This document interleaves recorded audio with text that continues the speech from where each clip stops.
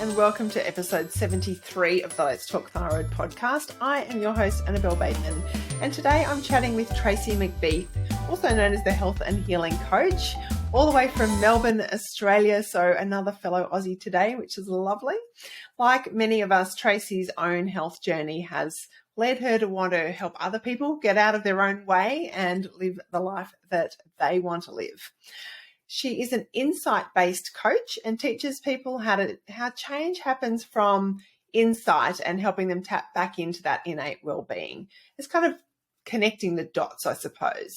So this conversation covers topics like that, connecting the dots in our history to help us heal, the gift that our health challenges can be to us. And Tracey works a lot too in the low carb space. So we do talk about low carb and carnivore diets. So that's a bit of fun. If you want to connect with Tracey, you can do that through her website, which is traceymcbeath.com.au, or social media. I'll make sure I'll put all the links below. And you can learn more about her there, connect with her. And I just hope you really enjoy this conversation. Well, welcome Tracey McBeath to the Let's Talk Thyroid podcast. We've just been having a bit of a chat and discovered we've got a few things in common. So this is going to be really fun. It is. Thank you so much for having me. It's such a pleasure to meet you, and I'm really looking forward to the conversation. Yeah. Well, a little while ago I went hunting for who is in Australia in the thyroid space, that is, working with people, helping people, with some of the, just the non-traditional medical route for working with thyroid health. And I came across you, and so it's nice because I talk to a lot of people on here all around the world, but it's harder trying to find Australians. So I'm not sure if you've found that in the past, but it was nice to connect with you. Yeah, absolutely. Look, I think, traditional methods don't look at root cause. And I think, we know it's important to look for root cause. I do think that the space is growing. Obviously, there's probably a lot in Europe and America sort of already talking about it. But I do think here you'll find, there are a lot of people that really, and doctors, that's what's really exciting. In my world, there's a lot of GPs becoming functional medicine GPs because they're seeing so many autoimmune, not just thyroid issues, but just autoimmune in general. And of course, traditional medical model does nothing to actually help that condition. So they're really, really interested in delving, which I think is just so exciting for the future of medicine. Yeah, absolutely. Look, I was talking to a GP, actually the podcast that just came out this morning, I was talking to a GP in Perth who has Hashimoto's, and that sent her on that integrative. She ended up doing that extra training with the Australasian College of Nutritional and Environmental Medicine. Yeah, ACNM. Yeah. Yeah. And so one by one we're getting there. So that's it. So Tracey, tell us a little bit about, we'll get into your thyroid story, but tell us a little bit about, who you are, what you do, and then we'll dive into your story. All right. Well, so I guess first and foremost, I'm a mum. I've got 5 children, very lucky to have a big range, 4 boys, 1 girl, down from 20 to 7. Yeah. So that keeps me obviously pretty busy. Yep. And about 10 years ago for me, nearly 10 years ago now, so I'd had my 4th child and wasn't autoimmune yet, but, looking back, I actually had, I'll tell you about what happened to me in my early 20s, which I now know was autoimmune. But, I was diagnosed with fatty liver and pre-diabetic, and I couldn't lose the weight. I was a personal trainer at the time. So, it was just such a hang on. Yeah. Well, it just didn't make any sense to me because I was eating the guidelines, what I thought was healthy, but I just was unhealthy and things were getting worse. You were doing all the right things that weren't yes, right I love for you? The right things. Yeah. Nope, they definitely weren't right for me. And of course, it just opened a can of worms, had to sort of find out what was going on. And it just led me down a path of understanding, well, actually nutrition is very poorly understood really in terms of how it affects our metabolic health, which is where weight gain and weight loss is really, you know, linked to. And I just decided that I had to, I guess, share what I'd learned. So I did study to become a health coach, and but not a traditional health coach, a health coach in the low carb space. So I found, you know, Professor Tim Noakes, who is a very well known, you know, prominent, you know, sports nutrition scientist. Basically, he turned around saying, after he was diagnosed with type 2 diabetes, and after he watched his father die of type 2 diabetes, and he was a marathon runner, prof, you know, he turned around and said, hang on, I'm missing something too. And he basically, you know, has spent the rest of his life just showing people that, you know, carbohydrates in the body, you know, are sugar, basically. And if we don't you know, we have to manage that within ourselves. And if we get a condition known as insulin resistance, which is basically what leads to type 2 diabetes and fatty liver, it's not fat, it's not what we are traditionally told. Then, yeah, we do get sick, and we get these chronic illnesses that medicine traditionally can't fix. They don't, again, look at root cause. They look at band-aiding the symptoms. So, yeah, I became, I guess, my own advocate for health, and I combined personal training and health coaching for a few years until about nearly 7 years ago. I just decided to just put all my leftover energy after parenting my children into... How do you have energy? Well, maybe that's what I call the thyroid personality, but maybe we'll get to that. Yeah, well, I think the thing is too with energy is that it's a very misunderstood system. And, you know, when you do understand that our bodies run on two dual fuel sources, so we have glucose, but we also have ketones, and ketones just are the body's optimal fuel. And when you do align your body with that, I mean, it's very hard to explain. It's like childbirth, you know, unless you've been through it, it's hard to get it. But this is where, you know, my energy is just, I'm fueled on this premium fuel. You know, I've reversed all my, everything has been reversed. I've never been leaner and healthier, and I'm 50 next year. So I feel very grateful for what I've learned. And I feel very much that it's my path now to also show people what I've seen. And that's it. I just show people what I've seen and give them options. I don't tell anyone what to do. It's not my job to do that. But I empower my clients and anyone in my space really to know that they absolutely can work out what is the best thing for them. Yeah. Yeah, I think, I mean, I probably, the reason why I do what I do is similar. Like when you know that things can be better, you know, and when you know that you don't have to just keep feeling crappy, and that there's just options. I suppose, like you say, like I like to say, look, there's always things you can do. Like, you know, living with a thyroid condition or really any autoimmune condition is complicated, right? Yeah. But there's always things we can do. And those things we can do aren't complicated. They're not easy, but they're not complicated. So the system's complicated, but the, you know, the practical diet and lifestyle things, not easy, but not complicated. That's my view. No, but I think for most people, we just got to know it. I mean, that's my thing. You know, if you go to a general doctor, a normal doctor, they don't know it. They don't know. No one asks you, what do you eat? Unless you go to a specific, you know, low carb doctor or a lifestyle medicine doctor, you know, they will ask you that, but most won't. And even if they do, it's just like eat less, exercise more.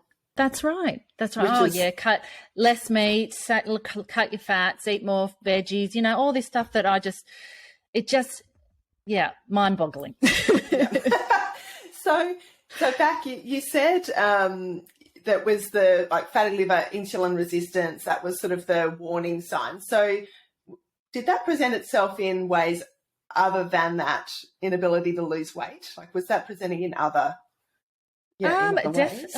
Definitely. Look, you know, it's like, you know, when you're a mom, I mean, you know, being a parent is hard and you're tired. I mean, particularly with little ones that don't sleep. I mean, that chronic sleep deprivation. Oh, yeah. Is, I had 10 years where I didn't have a good night's sleep. Yeah. Oh, yeah. You must have had Come on, 20.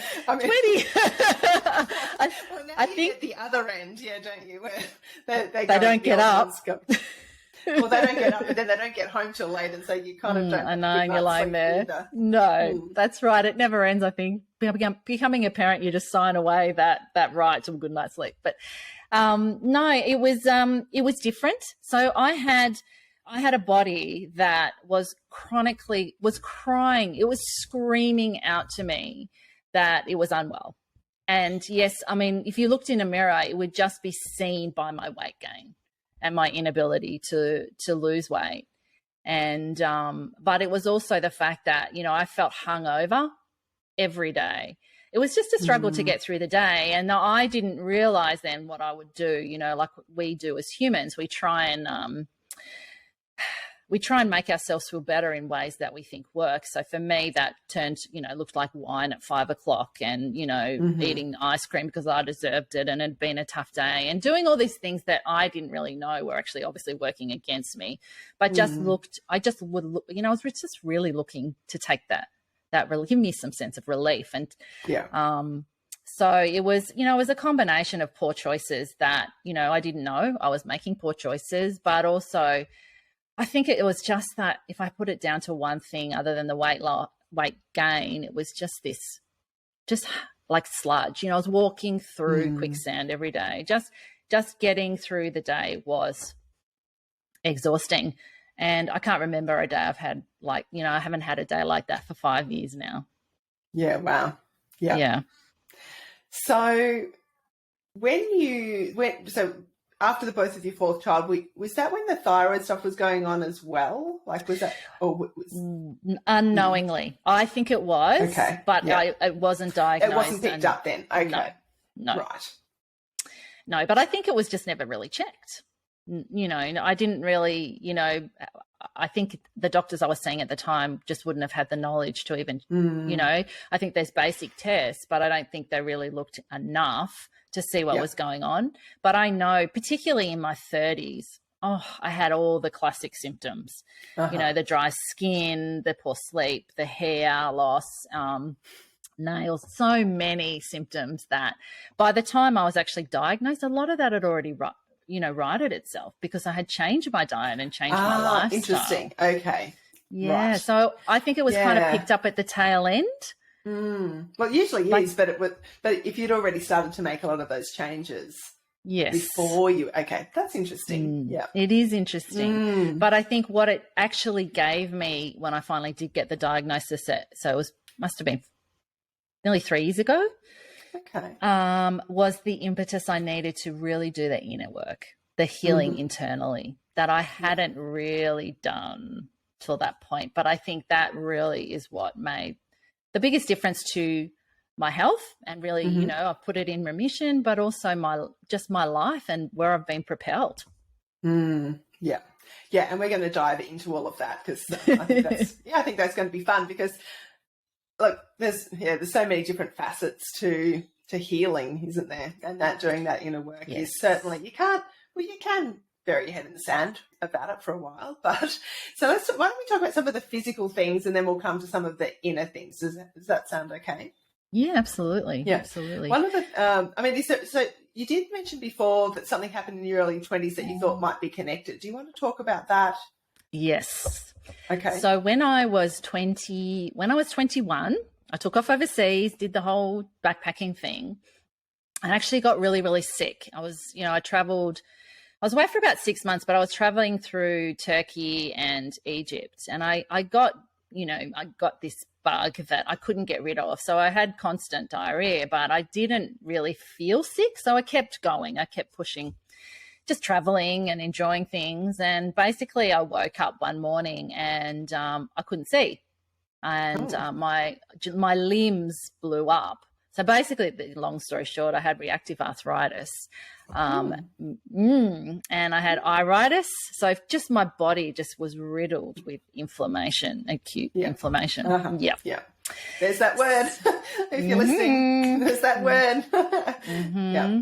Inflammation. And, it was actually horrendous. I ended up, I went back to London.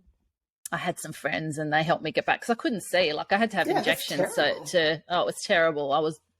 But once I went to the emergency and they put something in my eye and I was able to see, that was okay. But the iritis came back a couple of times after that. But I went to London. They didn't know. They put me on these anti-inflammatories which made me my bowel bleed, and I just thought I'm just coming home. So I ended up coming home, and I went to a rheumatologist here, and so I was diagnosed. Well, not diagnosed, but they found out I had the gene HLA-B27, which is a gene that is makes you susceptible to these types of autoimmune. And, possibly my children now have that as well. And it's obviously triggered by that stressful event, of having this bug. And, I just let it go, and my body just capitulated. So I was on, medication for a couple of years. But, so it was interesting. So, I hadn't really given it much thought until I got the Hashimoto's diagnosis. And I thought, you know what? Wow, this is all been happening my whole life. It's like a storm brewing for a long time, isn't it? That's the way I look at it. And I think, that's where it's so helpful to look back and try to connect the dots. And some of it's guesswork. A lot of it's sort of educated guesswork, isn't it? But when you can look back and think about all those different events that happened, and they're probably more connected than you think they are. And as you said before, as we're dealing with root causes and not just trying to mask symptoms, because yes, we don't want the symptoms, but we really want to be dealing with the underlying root cause. You've got to go back and think, well, what triggered this in the first place? Like what's your unique little set of triggers? A parasite, a stressful event, broken relationship, food trigger, whatever. It could be anything. That's right. And I think it's interesting because I went through a divorce when I was 35, and looking back, that could have been another really triggering event. But this is where I think a lot of it was I didn't have time to get sick. I had 3 little children and working out single life and healing from my divorce. And I think this is where I noticed a lot of the milder symptoms. So my body didn't capitulate like it did when I was 21. Like it didn't sort of just like bang. It could have. You had 3 little people to look after. No, that's right. So it was more these just sort of just little milder symptoms running across that I didn't notice at the time, but obviously, were definitely around, because I didn't know about diet. I was just, or triggers or stress or, and the fact that stress could be internal, or it can be, an event that happens. Like I didn't know about any of that. Yeah. And I've learned too, I don't know what you think about this, but your body responds to stress whether your brain thinks you're stressed or not. That's what I've learned. Totally, I can think, I'm not really stressed. Oh, but my body is stressed. I think, why would I be stressed about that? But, so your body and brain aren't always connected, I found, in terms of the stress, and your body sort of knows best. It's that, your cells go into protection mode, and whether you realise you're stressed or not, your body will tell you. That's what I agree. Yep, totally agree. Yeah. So one of the things that I know I was reading about that, you have had great success with on a physical level is changing your diet in dealing with the autoimmune issues, and probably more than just, I don't know, everything seems to come from that. But so tell us what, you talked before about low carb. What dietary changes have you made that have worked for you? Well, as I said, having the pre-diabetes and the fatty liver diagnosis at 40, propelled me into changing my diet then. Took me a couple of years, and this is what one of the things I say. And there were times, and when I talk about when I was diagnosed with Hashimoto's, there's days where I I don't want it. It's too hard. I want, throw the whole doona over the head, and I just want to eat crap. I just want to eat what's easy. I don't want to have to think, But I definitely took out, when I was from 40 to 45, it was really removing the sugar. So that was, Damien David Gillespie's book, Sweet Poison, was, that was actually shown to me by a personal training client 2 years before I paid any attention to it. Yeah. And that was around that sugar film as well? I think that was a bit film? after. That might have been a bit after that. Yeah, I read David Gillespie's book too. Yeah. Yeah. Well, it was given to me, as I said, a client of mine at the time, I must have been, was a long time ago now, but so check this book out, blah, blah, blah. I'm like, what are you talking about? You need sugar to train. You need sugar for energy. You need, and of course I was in that personal training kind of, mindset of carb loading. It was all carbs, carbs, carbs. So I didn't really pay much attention to it then, but obviously I did. But so it was the sugar I took out first. And then after that, especially in understanding that carbohydrates are glucose too, they turn to glucose in the blood. So I had to go that next level. So it was taking out things like pasta and rice and really processed foods. They are processed food. They fill you up, but they lack nutrition, and all they really are is sugar to the body. And I was a carbaholic. My family had pasta every night. Well, it was just that's just how we ate. So it was a really big change and a big turnaround. But, over time we did it. Sorry, was that because you had researched into that? Like, is that where you, connected in with Tim Noakes and like you were, so you were doing your investigation? Well, okay. Yeah. I was, but I was actually lucky enough to find one of the very early low carb doctors in Melbourne at the time. And that's how I was diagnosed because most doctors would have just diagnosed fatty liver and just said, well, there's not much we can do about that. Maybe reduce your fat. But he told me that it was linked to sugar and carbohydrates. And he also picked up the fact that I was pre-diabetic by testing what was called my HbA1c, which is a lot, so even today, a lot of doctors won't test it unless they think you're type 2 diabetic. But that marker is enough to show you how far along the path you are towards type 2 diabetes. So I was just very lucky that I found. So with that, plus with my own and my husband is very, we're both very similar minded. He's a martial artist, so he was always really interested in nutrition. And so it was Prof. Noakes and Mark Sisson was another really big seminal, And then, of course, we read, Gary Taubes' books and Nina Teicholz and all these seminal books that just, a little scary at first when and you get angry as to why we're not told the truth. But then in the end, it's like, well, it is what it is. I can only do, I can make the changes now. I can't change what's happened and I can't change what they tell me to do. But, so that was up until 45, 46. And then I had the Hashimoto's, diagnosis. Do you want me to tell you how that kind of came about? Or? Yeah, absolutely. Yeah.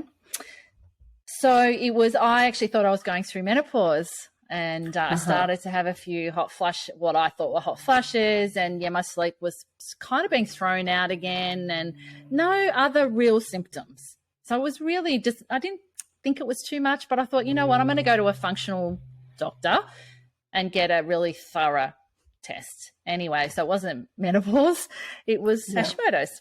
And that was how that was diagnosed. And I think and so was your thyroid function out as well, or was it the presence of it was the whole package? It was both. Look, it wasn't like that could have been so much worse. I think if I'd have had this tested at 40, it would have been so much worse. Probably was there. Yeah. And I think even, some doctors without the functional knowledge might have looked and go, it's fine. It's just mild. Like certainly an endocrinologist would probably go, because they don't rate food or nutrition, or they don't, and we know. Or that antibodies because they don't think there's anything you can do about it. He actually said that to me. Why do you even need to know if you've got an autoimmune condition? Because we can't do anything about the autoimmunity. Blows my mind. Okay. I know. Yeah. Mind blowing. I know. But see, I think it was so fortuitous for me because the creation of the connections that I had at that point, I didn't continue seeing the doctor that I went to because the first thing she said to me was, well, you need to eat the rainbow and go plant-based. And I knew enough that wasn't going to be how I wanted to deal with it. So I worked for 6 months with a naturopath in Canada, actually, who really helped me find the courage to look within and do the healing work as well, as she sort of guided me on the nutrition side of things. And it was a 6 months with her, but it's been a never-ending journey, because once It you doesn't. start, you realize you never get to an end place. It's just a constant evolution, and that's exciting. Yeah. So that was the integrative doctor that told you to go plant-based. Interesting. Yeah. Yeah, that's very I mean, who knows? I don't even know what plant-based means. Yeah, who does? But it seems to mean different things to different people from what I can work out. But I was just talking to, chatting with a friend the other day who has Hashimoto's, had been vegan for a while. And she said, I've just started seeing a new naturopath. I wasn't really she wasn't feeling good being vegan, so she's brought meat back into her diet. And I said, I'm really pleased that you're feeling better. And I said, I just haven't heard of anyone that has Hashimoto's and has been healthy long term on a vegan diet. I said, I just don't. No, I haven't heard of anyone. Every professional I've spoken to, I think it seems very hard to do vegan in a nutritional way for autoimmune. I don't know, but I'm not I guess that's where I'm not qualified. I don't sort of go down those paths. As I've talked to people, it's been an interesting, no one's really sort of ever pushed that as being good. No. Well, it makes sense when you look at nutrients. Like I'm not a qualified dietitian, but I know enough about nutrition to know that the fact is that animal foods contain essential nutrients that you cannot get from plants. So I think anybody is going to suffer if they don't get the right supplements, but even getting supplements is not going to guarantee your body can absorb them. And, this is where I'd already done a lot of the research when I got the diagnosis. So for me, I actually went carnivore the next day. Oh my gosh, the next day. The next day. That's, wow, you are hardcore. Yeah. Well, carnivore's hardcore, but to do it in one overnight. It's not. It's actually not. And it is the ultimate elimination diet. And I think it's just people's perceptions. And that's all you're ever working with is people's perceptions. Yep. It's actually when you eat in a way that gives you back your life and gives you back your health, it's not hardcore. It's just it's freeing, really. No, I mean it's hardcore to do it overnight. For me it was easy. Were you already on that path? I was already on that path, and I'd been watching and listening, and I had clients that had wanted to do it, and I've got dietitians friends who would support someone doing it. My GP was definitely supportive of it. So for me it was easy, because I was already mentally there. Yeah. And it was I was keto. So it was just really a matter of saying, well, a lot of the ketogenic sort of lifestyle is actually, full of foods that contain, anti-nutrients, which I discovered, were not really good for my thyroid. So I had been inadvertently, having a lot of almond flour, which is full of oxalates, and the green stuff. So, it was just really those few things I had to take out. What I did, it wasn't easy. I did miss, dairy. I took dairy out too for 3 months. And, dairy's pretty big on the low carb, way of eating. But for me, it was just much more about I love the cream in my coffee and, not so much cheese. I can really do without the cheese, but you just realize how much of that stuff you put in things when you have to take it out. And egg whites, we found out they were a big trigger for me. So actually what it turned out was that I was going to bed thinking I was having hot flushes, but I was actually having a reaction to the food because I would eat eggs every day. Yeah. Yeah. So that was a bit of a trial of elimination, but the egg whites were an issue, but they're fine now. Took them out, healed everything, and slowly reintroduced them, and it's all fine now. So and it's interesting, isn't it? How sometimes you do have to. It can be that journey, and that's. I mean, you talk about almonds and eggs. They're common on that autoimmune protocol, aren't they? To take out. I would say my diet is a paleo style diet, but at times I've done AIP. I haven't tried carnivore, but I could definitely be carnivore before I could be vegan. I've tried lots of different things, and I've had periods of time where I haven't been I was reacting to chicken, and eggs and all sorts of different things. So, and then, as you say, take them out, do the healing, reintroduce. So, yeah. And I think it's very hard to do on your own. You really do need, support. To do that. And it's such a process that to me, it mirrors and aligns with the healing. It's just, I am so, so, so grateful. I can't tell you how grateful I am that I did get that diagnosis when I did. And as I said, it's just propelled me in my career and my personal life, and everything else has just changed because of the work that's happened because of that. And, I would not for a second put for me, it's just, that's just fine. Why would I ignore what the reality of the situation? I think these are gifts. The wisdom in our body is enormous, and we're so disconnected with it. And I think we just do that at our peril. And when we do reconnect with how amazing our body is and, all that's possible, anything's possible. It's just, and that's what life's all about. Yeah. And so that was so I wonder what was it about the Hashimoto's diagnosis that was the trigger to do the inner work for you? Well, it was my naturopath. So she's a holistic naturopath, much more a healer, I suppose she calls herself now. And she was the one that made me look. And it's funny because I in my coaching work, it's kind of been touching on different stuff because, it's never just one thing, as we know. Like, you've got to look at all the different puzzle pieces. And I just hadn't been aware of what was going on with me. And she did a few little things that brought me to tears and, helped me to see that really I had a lot of habitual responses, emotional responses, that really for me were linked to codependency. So, I grew up in a family where I had an addict as a brother. And, it's very common in those types of families. So I was the youngest and the only girl. And, I just mistakenly took on the belief that I was responsible for my mom's well-being or anybody's well-being, that was my job. And I just hadn't realized it. And, so if I was criticized or if things didn't go the way they thought, I thought they should, or if someone didn't think about me the way I thought they should think about me, I just internally, collapsed and that of course was, my whole nervous system was just on this constant,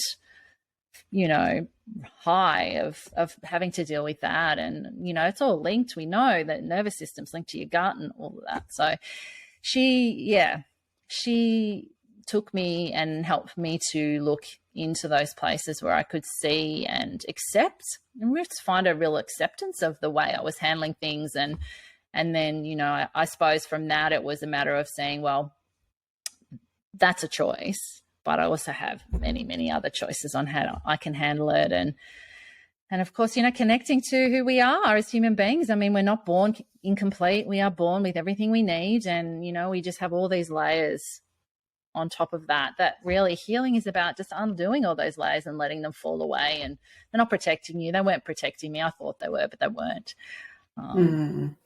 Yeah. And so did you find that you were doing a lot of that work with the naturopath? Or like you'd have the appointment and that would obviously, the work goes on all the time outside of that, but that it was sort of being guided in that sense by her. Yes. So I'd see her once a month. It was for a couple of hours. And, she'd sort of guide me through some exercises, I suppose. And there's a book called, have you read The Untethered Soul? No, but I feel like I've heard of it. I think it's Michael Singer. And it was one of the books she recommended I read. It was actually a seminal book for me to really see that, that voice inside my head wasn't me, right? So if this is new to people, it kind of sounds a bit, what? But it's actually a huge, huge, huge misunderstanding, that we think what our mind says to us is who we are and we have to believe it. And that book was something she had a lot of work around that book that would just guided questions, and guided questions that I wasn't, I had to just look and see what came up, and really thinking about, that, look, the inner child work, we've all got damaged inner childs. Everyone's got an inner child somewhere, because no one's perfect at parenting, right? So I keep saying to my kids, sorry. Yeah. Deal with that one in therapy at some point. That's right. Well, it's interesting. I think we can get really caught up in trying to heal that inner child, or we can see, what, it's about actually really finding our inner adult. We can't change what happened back there, but, we're adults now, and, we can really heal and create the life we want to live as an adult. So it was just a lot of beautiful questions, and there's a lot of emotions, a lot of stuff came up, a lot of stuff that I looked at that I hadn't want to look at, and self-care, but self-care about boundaries, knowing that I was all right to say no, and I was okay to have boundaries, and how others perceived me wasn't on me. That was a massive one. And I think for females, it's a really, really good one to look in the face of and overcome. Yeah, it's that. Well, it's tied into worrying what people think about you, isn't it? And totally. How do I, all of that. Yeah. But the biggest part, the healing. So, in Melbourne, obviously COVID was pretty shocking. Yeah, I was just thinking, you're doing all of this through lockdown. I am. Yeah. Well, the diagnosis was before. It was just at the start, or at the end of 2019. So it was just at the start of 2020 when it came. And I had 5 children at the time. So my oldest was doing DCE, 5 children homeschooled. My husband lost his business. Yeah. Oh gosh. Yeah. Yeah, I think anyone would need some sort of therapy during that. Well, we had kids homeschooled most of 2 years. Oh, as in, yes. Do you normally homeschool? No. Sorry, that's okay. Yeah. I was just, when you said homeschool, I'm thinking, so you homeschool anyway. No. Okay, but yes. Yeah, so, and if you're listening from outside of Australia, Melbourne had the longest. Worst lockdowns it was horrible in the world. Yeah. Yep. So horrendous. But it was a gift for me, because it allowed, my husband lost his business as well. So for all of 2020, he was home, which he was able to do a lot of the kids while I could work. But, it is what it is. I mean, it's almost like I can, when you look back on a really difficult time, you don't have a lot of memory of it. And I think for a lot of Victorians, that's what it's going to be. The trauma is still there for a lot of people, and the fear of, what he may do again. But, for me, it was a gift. It was a gift that allowed me to do all this process. But you know what else? I wrote a book. And that was actually part of my healing journey, because I decided, so this was 2021, 6th or 7th lockdown. And I'm like, you know what? I refuse to be affected by this decision that's totally out of my control. And I'm going to, I'd created, I've been on Instagram for 6 or 7 years. I've got a pretty good following on a tribe, and I decided to share. I thought, what, I'm just going to show up every day and share something positive, but not positive thinking, not blah, positive thinking, just a realism around how we work as a human being, and just things I've seen. And it became every day I just sit in some peace, some quiet, and something would occur to me. I didn't plan it. I just showed up. I wrote something, and it could have been about anything. And I was going to do it for every day for a year. And I got to day 100, and I woke up and I'm like, you've got a book. That's a book. That's 100 things. 100 things. So I took it all off my Instagram, and I just basically created it, and I self-published my book as, it's called Just You Have Today. Yeah. Just saying, all we ever have is today. Our mind doesn't like to see that. Our mind constantly creates drama, because that's its job, constantly looks for threats, constantly thinks about the past, thinks about the future. But that actually gets in the way of us really seeing the beauty in today. And I love my city, and nobody will ever destroy that. I'm the only one that can destroy that if I choose to sort of think that way.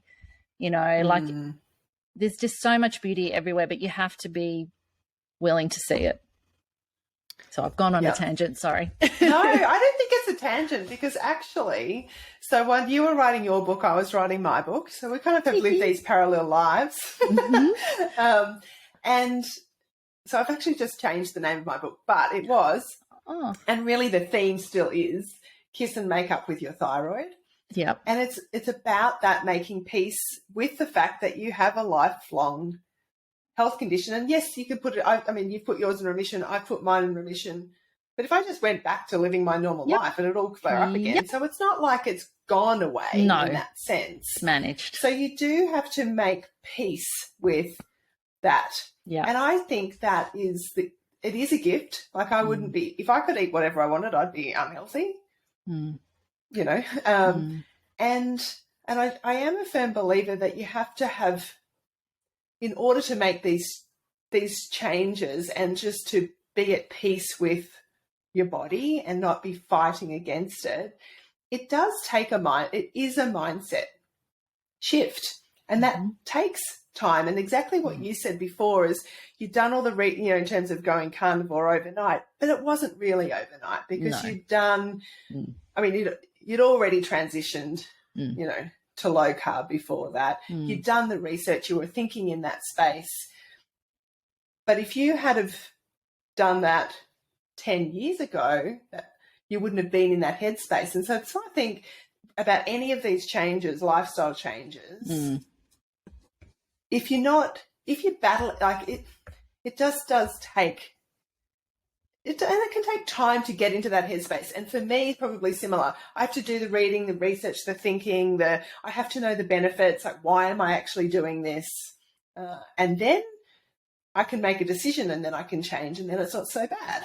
Yeah, and I think that's a good thing, and it means that you don't get swayed by what other people think as well. I think it's a part of owning your decisions is to do that. So, you know, it's interesting, 2 years earlier, that was when my husband is a fan of Joe Rogan, and he was listening to Joe Rogan's podcast, and a doctor, orthopedic surgeon, Sean Baker, comes on and talks about a meat-only diet, this carnivore diet.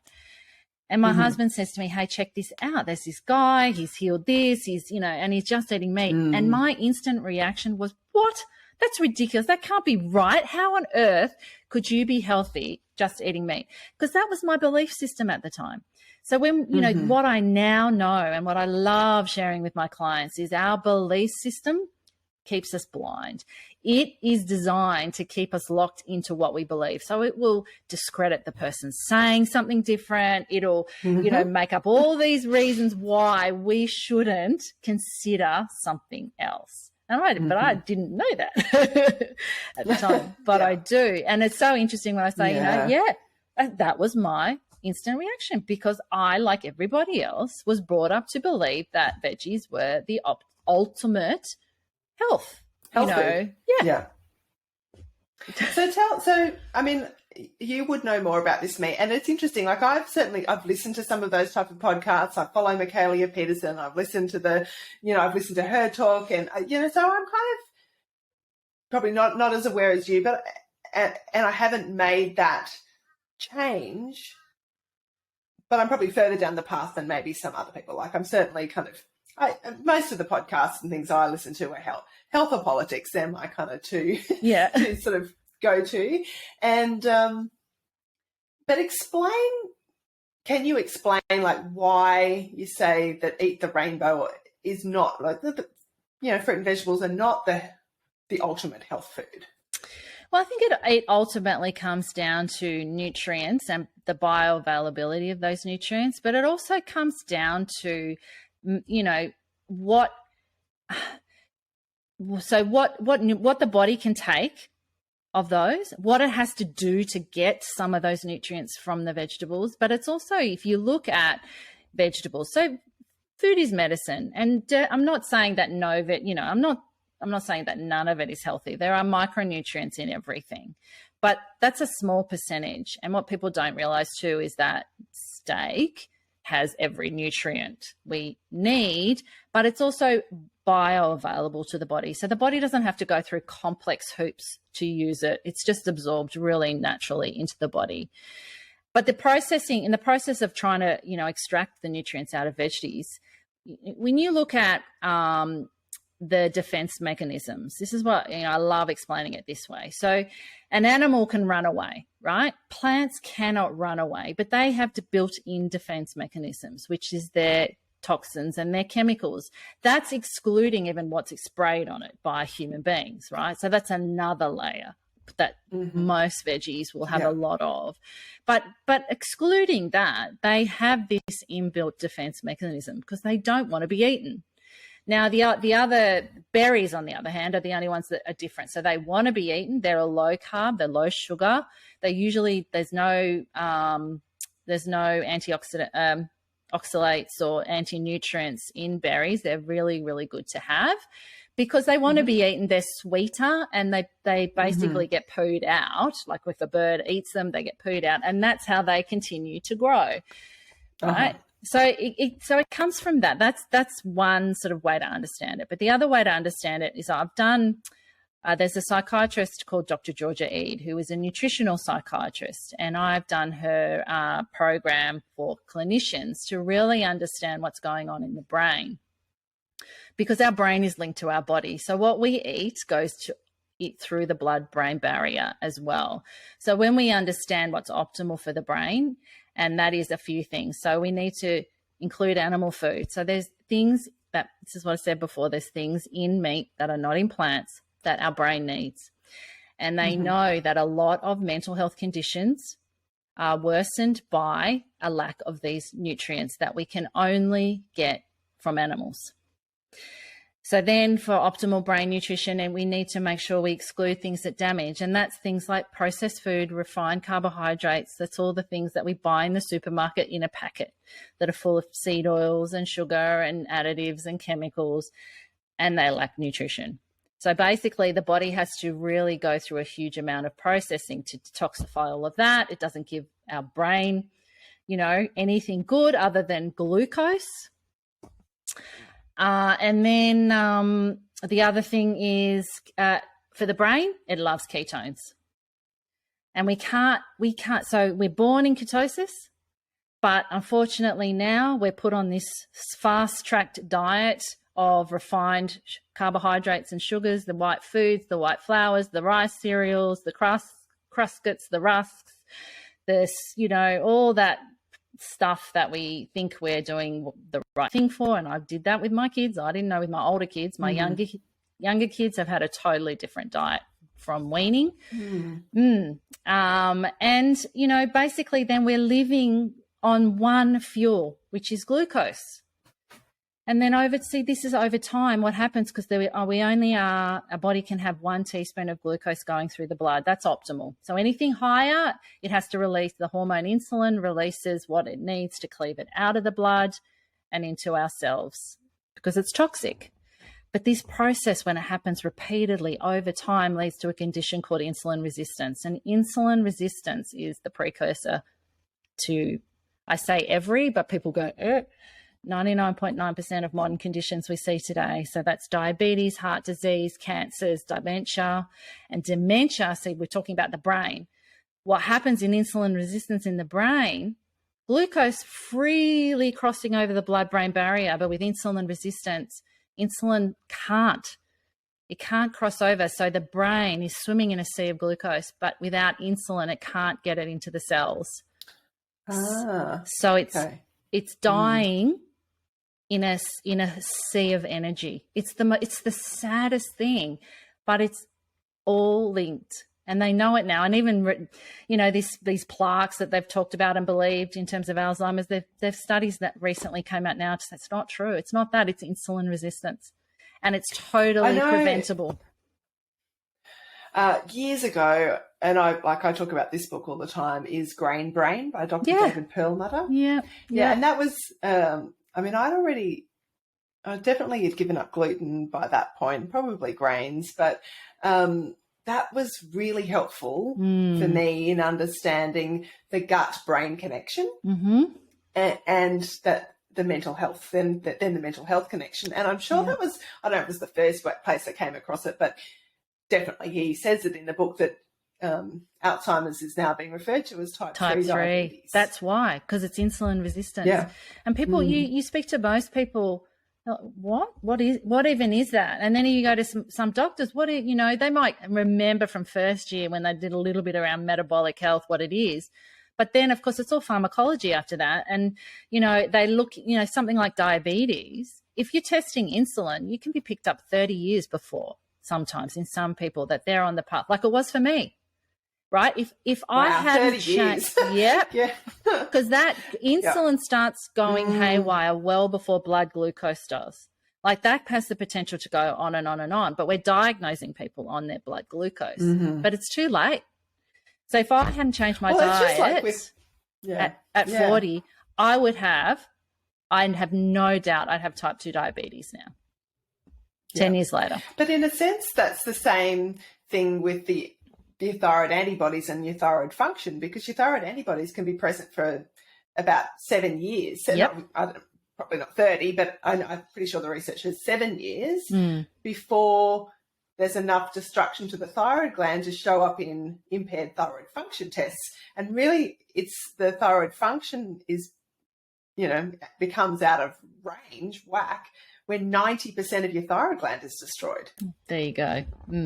And so again, I think, why don't they test the antibodies first? That should be the screening, not the TSH. The antibodies should be the screening in a similar sort of way. And I know from stuff that I've read that, blood sugar imbalances, that there's definitely a connection in with Hashimoto's too. So that's certainly something that I've got stored as another podcast episode to do is that. Well, that's why I think for me, I was already like 90% there when I was actually diagnosed. I'd done just changing my diet and reversing my insulin resistance had done a lot to help. So it's definitely a link. But, then it still comes down to the gut. And, because most of our guts are just so shocking because of diet that we have. I mean, I just can't imagine anyone's not walking around with leaky gut, really. But so then you get absorption issues. So I've seen people that have done really well with the diet, fixed up stuff, but they're still lacking, in essential nutrients because there is an absorption issue in the gut. It's so important, isn't it? And that gut-brain connection, of course there's a gut-brain connection. What happens when we get nervous? Where do we feel it? In our gut. And we have to go to the toilet, that's right, exactly. Yeah. Oh, it makes sense as soon as you know. It's one of those things, once you know, you know. Yeah. But if it's not pointed out, you don't necessarily make that connection. And yes, you can think, get a bit of diarrhea when you're really nervous, or butterflies in your tummy, or you just, but still that's not necessarily making the connection that what you're eating is impacting your brain. That's more the brain-gut connection. Yeah, that's right. But the gut-brain, it's both. So, it's just, and given the mental health, it's such I hope that more and more people get curious enough to look at their diet, to understand how, it's fundamentally so important what we eat. And if we think going to the supermarket, that they're only giving us foods that are healthy, that's not true. We have to rethink that. And I mean, really, human beings are designed to eat real food, and the more real food you eat, so, don't fear meat. Oh my goodness, please don't fear meat. I have a huge amount of resources on my website for anyone that is interested in really understanding. Like we said, it's important to understand. Oh, good. Yeah, I have a whole thing around, why meat isn't cancerous, why meat isn't a food to be feared. In fact, it is a health food. If there's one superfood, it's meat. Yeah. And when you say meat, do you mean all meats? There's a scale. What's your sort of, maybe even what's your typical diet now? Like what sorts of things? Well, again, I always take it back to, let's look at the nutrients. So we know red meat is a beef. It's a ruminant. It is a super animal. Like it tastes grass and turns it into this incredibly nutritious food that we can eat. So beef is the top. That is full of nutrients. But then you can go even be more clever and eat different parts. So sometimes, like Scotch fillet has maybe a little bit less magnesium than a slow cooked brisket. It's really understanding that. Okay. Yeah. So I rotate all the time. It's always a protein, but I will rotate it.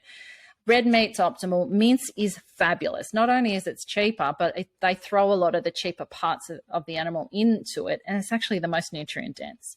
So mince is brilliant for bolognese. And easier to digest, perhaps? Well, meat is actually all easy to digest. Yeah, but I'm wondering, and maybe I could be wrong, like if your gut isn't great, then the mince is already a bit broken down. So is that a little bit easier, if you got... No.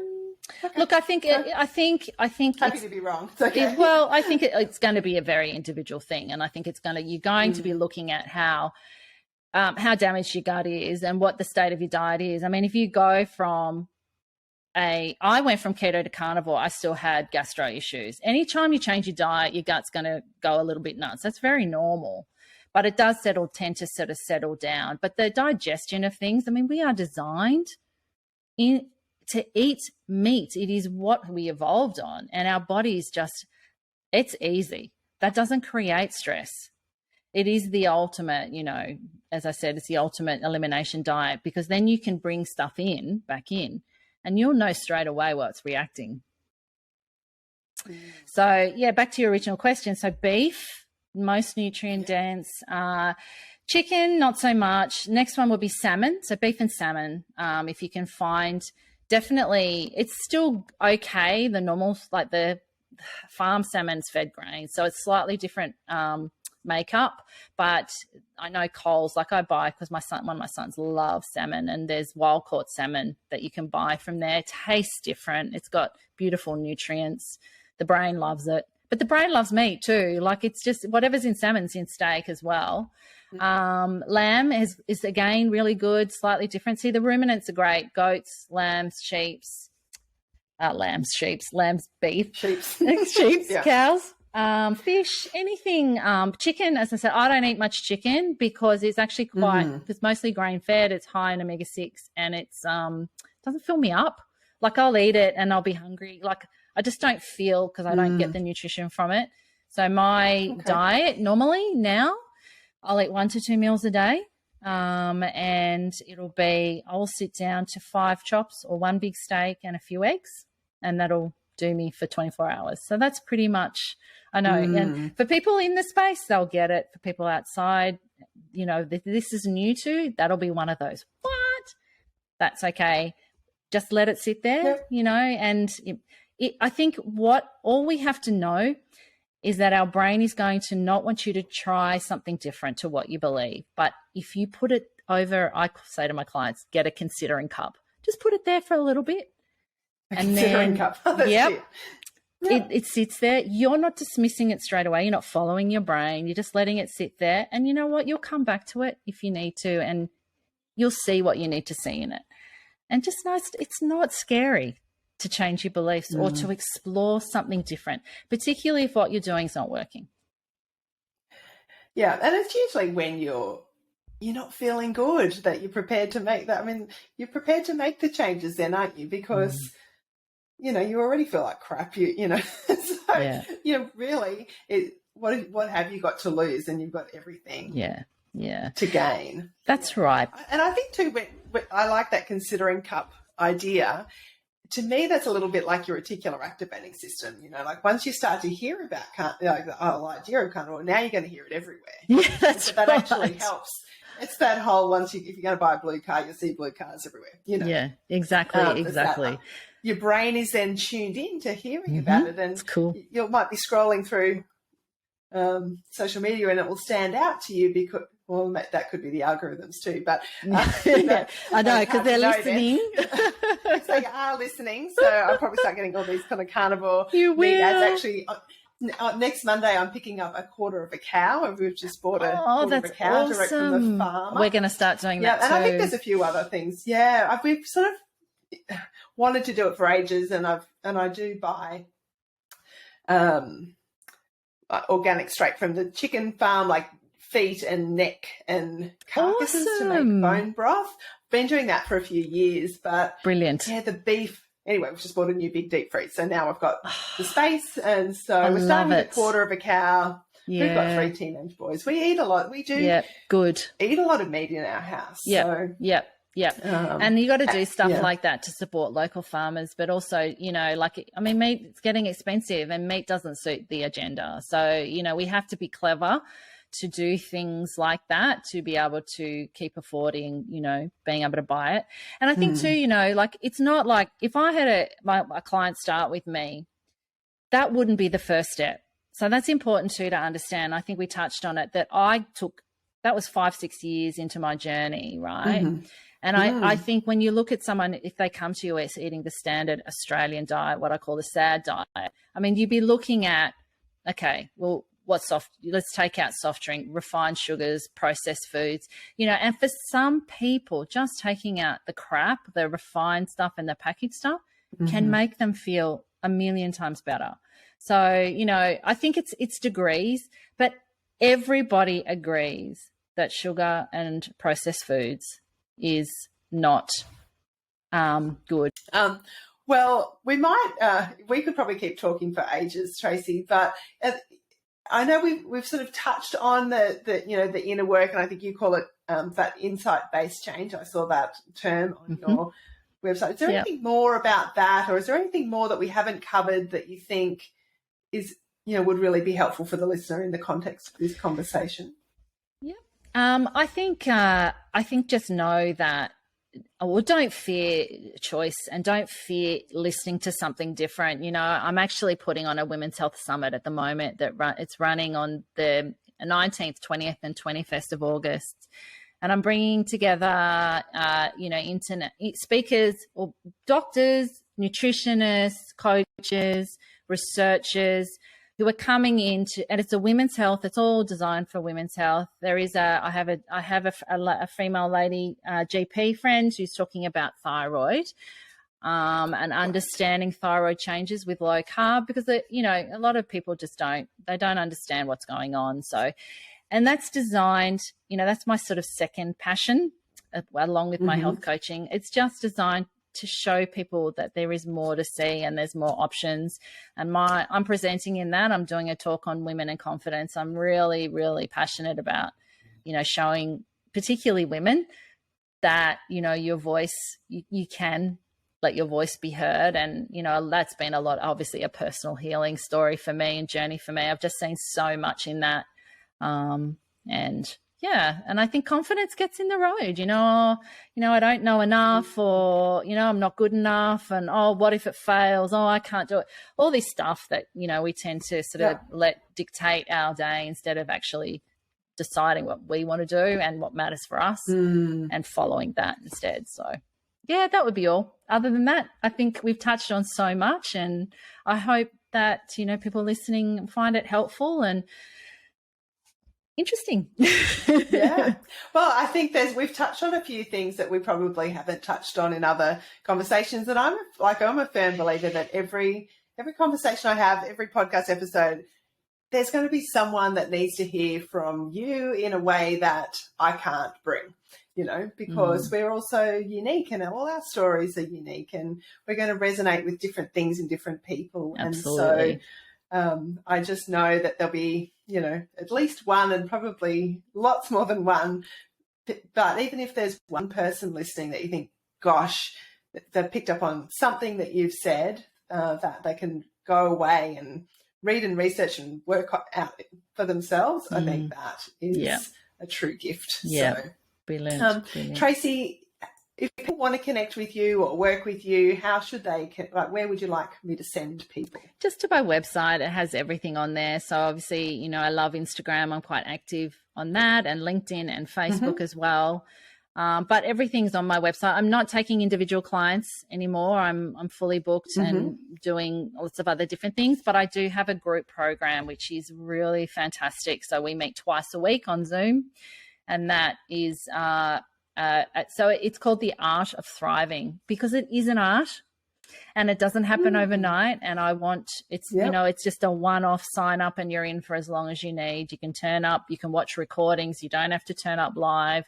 and you get access to a huge amount of all that resources and information that we talked about. That's really important. And I'm there guiding you. And I sometimes have really good friends come in to do special talks on different stuff that I think they have an extra layer. I believe you might be coming in to do a talk. Well, why not? Very happy to do that. Why not? But I only started the group about 3 months ago. And what I'm offering now for people who do join now is just, I have coaches that I mentor as well, and they're within the group. So I would connect someone with a mentor just to sort of go through what we've covered, because when we teach, we learn, and I love just giving people the opportunity to do that. And it's all about connection. Connection's everything. So, but you know that. Yeah. Well, I do. In fact, I think it's something. It's the last couple of years. Well, there's lots of things, but the need for connection and the need for in-person connection.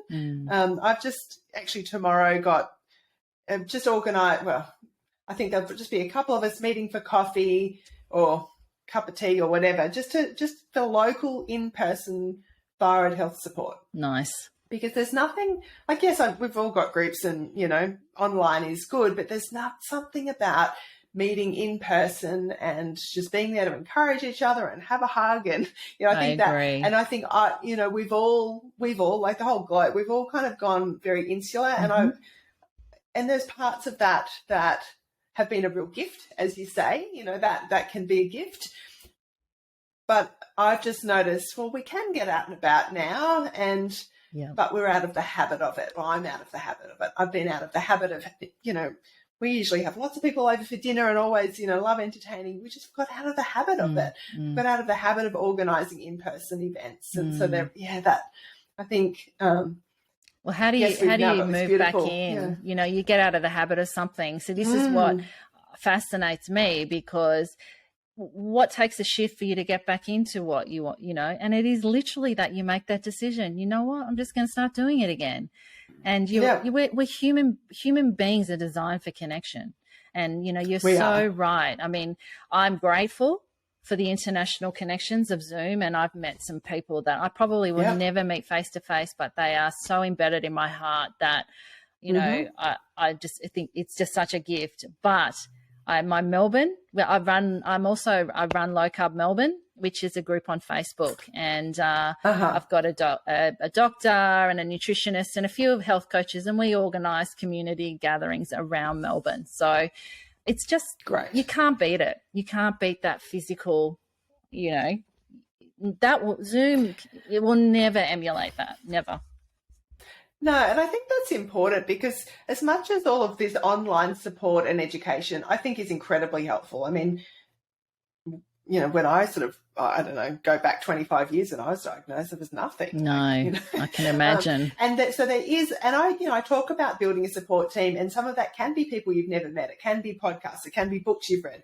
Support team can be broad, but there's also the in-person support. And I think that's, so, I love that the podcast goes around the world, the groups all around the world, but I'm looking forward to just getting together with 4 or 5, whoever turns up, I don't know. Lovely. It probably will be 4 or 5, 6 women for a cup of coffee just locally here to me. And I think that will be really beautiful. Yeah. And if you listen, and I said, there's no reason why.